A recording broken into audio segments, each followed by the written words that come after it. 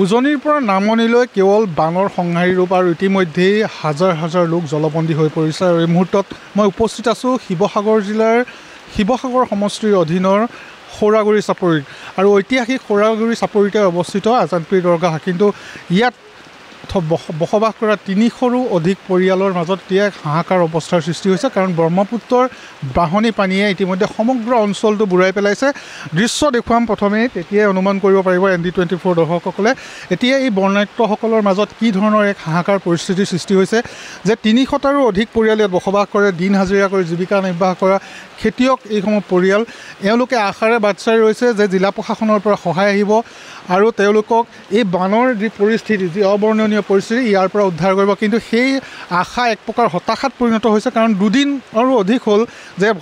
সমগ্ৰ সৌৰাগুৰি চাপৰি ইতিমধ্যে ব্ৰহ্মপুত্ৰৰ বাঢ়নী পানীত ডুব গৈছে তাৰ পিছতো শিৱসাগৰ জিলা প্ৰশাসনৰ এতিয়ালৈকে কোনো ধৰণৰ খা খবৰ নাই কাৰণ এতিয়া নাৱেই একমাত্ৰ সম্বল আৰু অন্যহাতেদি অত্যাধিক সোঁত তাৰ মাজত নিজৰ জীৱনটো হাতৰ মুঠিত লৈ এওঁলোকে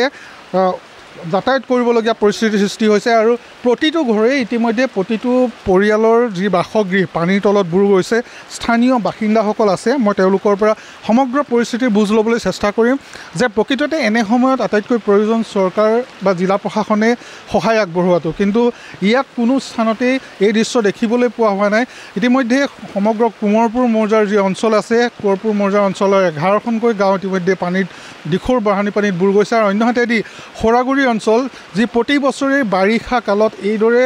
ব্ৰহ্মপুত্ৰৰ বানৰ সন্মুখীন হয় আৰু এক প্ৰকাৰ ইয়াৰ ৰাইজে এই বানৰ সৈতে সহবাস তেওঁলোকে কৰিবলগীয়া পৰিস্থিতিৰ সৃষ্টি হৈছে মাত্ৰ এটা মথাউৰিৰ কাম বা এটা পথৰ এটা অংশ ওখ কৰি দিলে হয়তো এই বানৰ পৰিস্থিতিৰ পৰা সৌৰাগুৰি চাপৰি ৰক্ষা পৰিলেহেঁতেন কিন্তু সেই কামটোকে আজিলৈকে হৈ নুঠিল যাৰ ফলত প্ৰতি বছৰে এনেধৰণৰ এক অবৰ্ণনীয় হাহাকাৰ পৰিস্থিতিৰ তেওঁলোকে সন্মুখীন হ'বলগীয়া হয় এতিয়া এনেকুৱা এটা পৰিস্থিতিৰ সৃষ্টি হৈছে যে বিদ্যুৎটো বাদেই কথা বিশুদ্ধ খোৱাপানীকণৰ কাৰণে তেওঁলোকে হাহাকাৰ কৰিবলগীয়া পৰিস্থিতিৰ সৃষ্টি হৈছে অন্যহাতেদি যি খাদ্য সামগ্ৰী তেওঁলোকৰ হাতত মজুত আছে সেয়া শেষ হৈ আহিছে গতিকে তেওঁলোকে সেইসমূহ ক্ৰয় কৰিবলৈ বজাৰলৈ যাবলৈ পৰা অৱস্থা এতিয়া পৰিস্থিতি নাই কাৰণ ব্ৰহ্মপুত্ৰত ইমান ভীষণ সোঁত যে ইয়াত নাও চলাই যোৱাটো সম্ভৱপৰ নহয় গতিকে স্থানীয় বাসিন্দাসকল আছে মই আপোনাৰ পৰা জানিবলৈ চেষ্টা কৰিম যে প্ৰতি বছৰে সৌৰাগুৰি চাপৰিয়ে এনেধৰণৰ পৰিস্থিতিৰ সন্মুখীন হৈ আহিছে আপোনালোকেও বহুবাৰ অনুনয় বিনয় কৰি আহিছে যে এই পৰিস্থিতিৰ পৰা কিছু মাত্ৰ অলপ কাম সম্পূৰ্ণ কৰিলে হয়তো এনে পৰিস্থিতিৰ পৰা মুক্ত হ'লহেঁতেন কিন্তু আজি পৰ্যন্ত সেয়া হৈ নুঠিল আৰু সৌৰাগুৰি চাপৰিৰ বাসিন্দাই এইদৰে প্ৰতি বছৰে বানৰ সন্মুখীন হৈ আছে কি ক'ব এই মুহূৰ্তত আপুনি নমস্কাৰ মই প্ৰথমে এনেকুৱা প্ৰতিকূল বতৰত আমাৰ সাংবাদিক বন্ধুসকল যে আহি ওলাইছে মই তালৈকে সৰ্বপ্ৰথমে শ্ৰদ্ধা কৰিছোঁ এতিয়া যি আমাৰ বান বিভীষিকা হৈছে যিহেতু আমাৰ ঐতিহ্যমণ্ডিত সৌৰাগুৰি চাপৰি ইয়াত 3খন নদীয়ে আগুৰি আছে দিখৌ দৰিকা আৰু ব্ৰহ্মপুত্ৰ 3খন নদীৰ মাজত আমাৰ এখনেই গাঁও আছে লগত আমাৰ সৌৰাগুৰি চাপৰি এতিয়া কথাটো হ'ল পানীটো হয় দৰিকা দলঙৰ পৰা যিটো আজান পীৰ দৰগাহলৈকে অভেল টাইপ এটা এই অভেল টাইপটো PWD ৰাস্তা চাপৰ যেতিয়া ব্ৰহ্মপুত্ৰ বাঢ়নী পানীটো আহে তেতিয়া বাঢ়নী পানীটো গাঁৱলৈ সোমাই দিয়ে আমি বহুবাৰ স্থানীয় বিধায়ক প্ৰদীপ হাজৰিকাকে ধৰি আমি বহুবাৰ দৰখাস্ত দিছোঁ বহুবাৰ মুখে কৈছোঁ কৈও আজিলৈকে ব্যৰ্থ যদি সেই সাধাৰণ মাথাউৰিটো যদি ভালকেনে বান্ধি দিয়ে হয়তো বিশুদ্ধ খোৱা পানী বা এই যাতায়াতৰ ব্যৱস্থা এইখিনি আমাৰ ইমান ডাঙৰ অসুবিধাত আমাৰ নপৰিলোহেঁতেন হয়তো যদি এইভাগেদি আমাৰ প্ৰতি বছৰে গৈ থাকে এদিন নহয় এদিন আমাৰ গাঁওখনতো বিপদত পৰিবগৈ কাৰণ যেতিয়া আমাক নদী আজান পীৰ দৰগাহৰ কাষত বহুত মাটি আছিলে আগলৈ গৈ গৈ আমাক শেষ নাপাওঁ এতিয়া কি হ'ল নদী গৰা খহিবলৈ ল'লে আমি স্থানীয় বিধায়কক মাতিলোঁ কোনো কাণ খাৰ নিদিলে এতিয়া গৰা খহি আহি আজান পীৰ দৰগাহৰ কাষত পালেহি হয়তো 2 এদিনৰ পিছত এই আজান পীৰ দৰগাহো ব্ৰহ্মপুত্ৰ যাব বুলি মই ভাবিছোঁ হয়তো আমাৰ গাঁৱত এই 300 যি পৰিয়াল আছে এই 300 পৰিয়াল হয়তো ইয়াৰ পৰাও সম্পূৰ্ণ নিশেষ হৈ যাব যিহেতু আমাৰ দিশমুখৰ ৰূপহীমুখৰ ছিষ্টেম হ'ব বুলি মই ভাবিছোঁ এতিয়া আপোনালোকৰ এই চেনেলৰ যোগেদি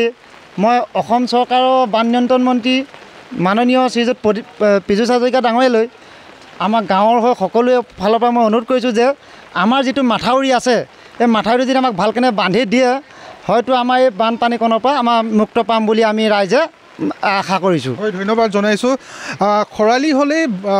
খহনীয়া আৰু বাৰিষা হ'লে বান, গতিকে কেনে পৰিস্থিতিৰ মাজত এইসকল লোক জীয়াই আছে, মই আপোনাৰ ওচৰলৈ আহিছোঁ যে এটা কথা আপোনালোক এই মুহূৰ্তত সুধিব বিচাৰোঁ যে এতিয়া যিহেতু বান হ'লেই, গতিকে আটাইতকৈ প্ৰয়োজন আপোনালোকৰ এতিয়া সাহাৰ্যৰ।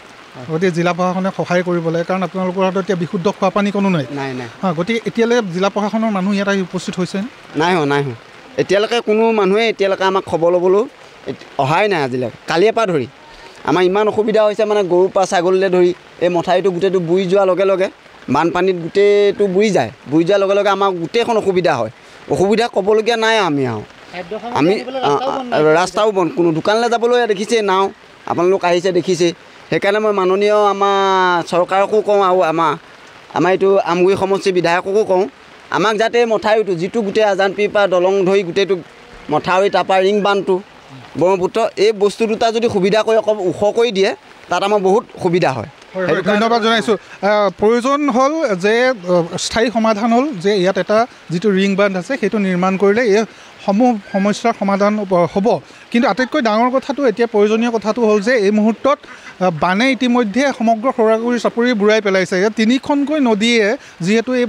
সৌৰাগুৰি চাপৰিটো বেৰি ৰাখিছে, এখন দিখৌ, দিচাং আৰু দৰিকা। গতিকে কি এক পৰিস্থিতিৰ মাজত এইসকল লোক জীয়াই থাকে সেয়া এক বহুমূলীয়া প্ৰশ্ন। আৰু আটাইতকৈ ডাঙৰ কথা যে এই সময়ত জিলা প্ৰশাসনৰ, বিশেষকৈ মই জিলা আয়ুক্তগৰাকীৰ কথা ক'ম, তেওঁ নিশ্চয় এই বিষয়ে নজনাকৈ এই মুহূৰ্তত থকা নাই যে প্ৰকৃততে শিৱসাগৰ জিলাৰ কোন অংশত বান বিভীষিকাৰ সৃষ্টি হৈছে। গতিকে সেইখিনি কথা জ্ঞাত হোৱাৰ পিছতো কিয় এতিয়ালৈকে প্ৰশাসনৰ লোক ইয়াত উপস্থিত নহ'ল? ইয়াত এতিয়া এনেকুৱা পৰিস্থিতি হৈছে যে ইয়াৰ স্থানীয় লোকসকলে এটুপি খোৱা পানীৰ কাৰণে হাহাকাৰ কৰিবলগীয়া হৈছে। অন্যহাতেদি অনাকাংক্ষিত ঘটনা যিকোনো সংঘটিত হ'ব পাৰে, কাৰণ ব্ৰহ্মপুত্ৰৰ কোবাল সোঁত, যিহেতু ইয়াত কণ শিশুসকল আছে, ছাত্ৰ ছাত্ৰীসকল আছে, ইতিমধ্যে আমি উল্লেখ কৰিছোঁ শিক্ষানুষ্ঠানসমূহ পানীৰ তলত। গতিকে শিশুৰ পৰা বৃদ্ধলৈকে যিসকল লোক আছে, এইসকল লোকক আশ্ৰয় শিবিৰলৈ স্থানান্তৰ কৰিব লাগিছিল, কাৰণ এতিয়া জলবন্দী হৈছে, কোনো প্ৰকাৰে যাতায়াতৰ ব্যৱস্থা ইয়াত নাই, একমাত্ৰ নাৱেই সম্বল। টুলুঙা নাৱত উঠি তেওঁলোকে তেওঁলোকে যাতায়াত কৰিব লগা হৈছে, যিকোনো বিপদৰ সন্মুখীন হ'ব পাৰে। মই আপোনাৰ ওচৰলৈ আহিছোঁ,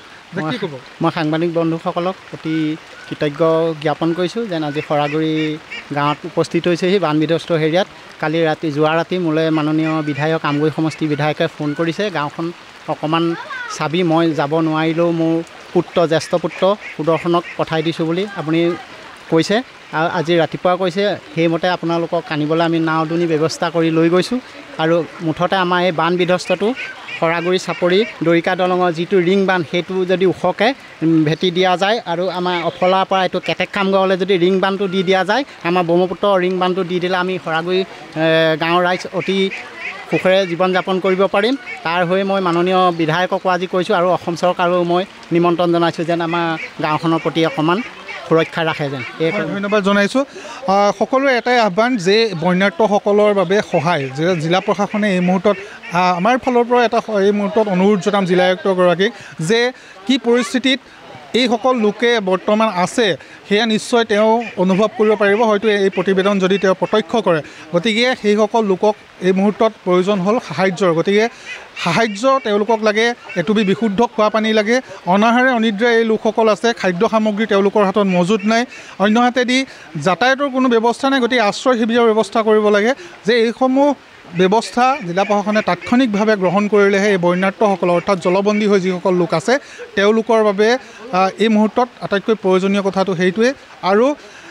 অন্যহাতে স্থায়ী সমাধানৰ ক্ষেত্ৰত যি ব্যৱস্থা ল'ব লাগে সেয়া নিশ্চয়কৈ যিসকল ৰাইজৰ প্ৰতিনিধি তেওঁলোকে সেয়া অনুভৱ কৰাটো অতি প্ৰয়োজনীয়, কাৰণ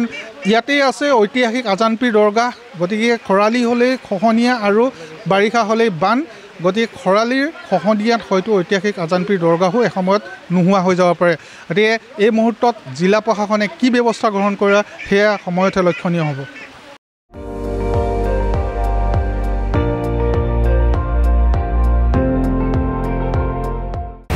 আপুনি চাই আছে ND24, সৰ্বশ্ৰেষ্ঠ নহয় সৰ্বোত্তমৰ দৌৰ।